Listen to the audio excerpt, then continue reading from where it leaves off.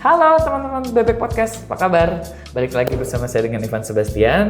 Hari ini aku mau bahas tentang salah satu aplikasi program desain yang banyak banget dipakai sama mahasiswa ataupun para desainer profesional, yaitu Adobe Photoshop.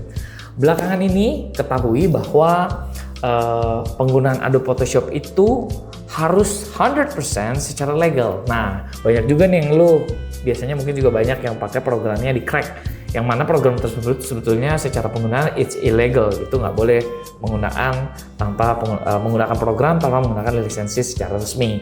Namun banyak banget orang yang pakai program yang mungkin juga dengan crack ini juga terbantu karena mereka bisa buat belajar. Nah, terus gimana sih sebetulnya solusinya ketika diperhadapkan pada suatu masalah program Photoshop ini ternyata harus berbayar? Nah, sebetulnya juga apa ya kelebihan dari Adobe Photoshop? Oke, yang pertama, Adobe Photoshop itu harga lisensinya cukup mahal. Lihat contohnya dulu ya. Jadi, Adobe Photoshop itu harganya kita sebetulnya bisa pakai gratis, tapi kalau pakai gratis itu hanya berlaku kurang lebih 14 hari. Nah, harga dari Photoshop itu bisa buat individual ataupun bisnis. Kalau untuk individual, paketnya itu selama 7 hari harganya 150.000 per bulan. Itu untuk kebutuhan individual. Dan di situ ada fasilitasnya, bisa digunakan di beberapa device seperti di Adobe Photoshop Desktop Web, kemudian iPhone dan iPad. Kemudian kalau Adobe dan juga dapat fasilitas Adobe Express Premium, dan juga punya 100 GB cloud storage untuk penyimpanannya. Mantap banget gak tuh? Hanya 150.000 per 7 days ataupun per 7 hari. Per bulan. Tapi ada gratis 7 hari, 7 days-nya gratis. Nah, kalau mau yang bisnis, nah ini fasilitasnya lebih bagus nih. Penyimpanan cloud storage-nya sampai 1 GB. Gede banget. 1 terabyte. Gede banget Kak. Tapi biaya per bulannya adalah 534.200 per month per license. Dan ini bisa digunakan di desktop web, iPhone dan iPad untuk penggunaannya. Enak banget ya, dan di sini juga nanti bisa dapat fasilitas untuk cloud-nya sebesar 1 terabyte.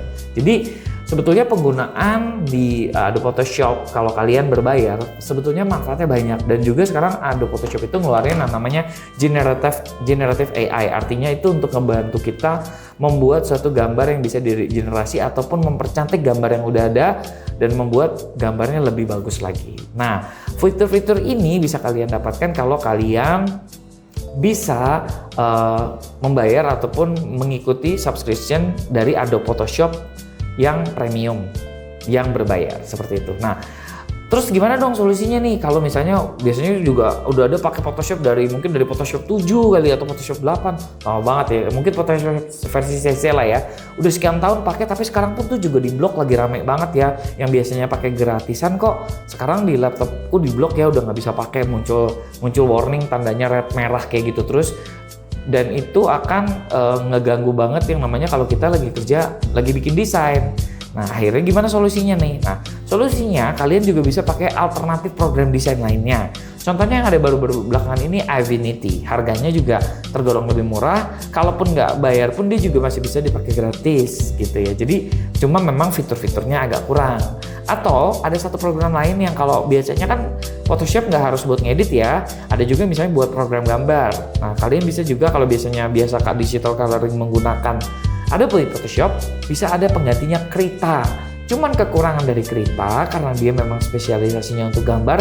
Kalau editing foto ya pastinya nggak bagus. Sedangkan Adobe Photoshop biasanya buat ngedit foto ataupun buat bikin ilustrasi gambar pun juga keren gitu ya, bagus hasilnya, dan memang banyak digunakan orang secara familiar di Indonesia. Nah, itu kalian bisa pakai Krita ataupun Affinity Photo untuk buat editing foto ataupun sebagai program substitusi dari Adobe Photoshop. Nah, buat teman-teman yang sampai hari ini masih pakai program yang mungkin dibajak, sebaiknya kita juga menghargai ya ciptaan kreasi orang ataupun hak karya license ciptaan hak karya cipta orang, hak kepemilikan terhadap karya seseorang itu kita harus hargai gitu. Jadi hak kekayaan intelektual seseorang itu kita harus hargai, termasuk Adobe Photoshop.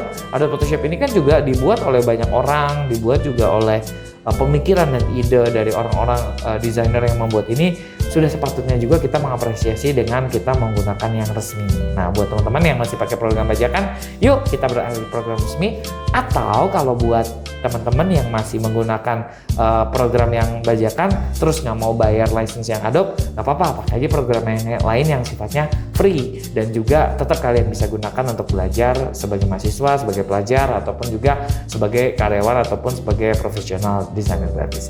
Sampai sini dulu channel Bebek Podcast. Aku akan review-review tentang seputar dunia desain dan juga akan berdiskusi tentang kalian tentang dunia desain dan juga pastinya akan share informasi-informasi yang menarik seputar dunia desain. See you on the next vlog. Jangan lupa like, comment, and subscribe. Bye-bye.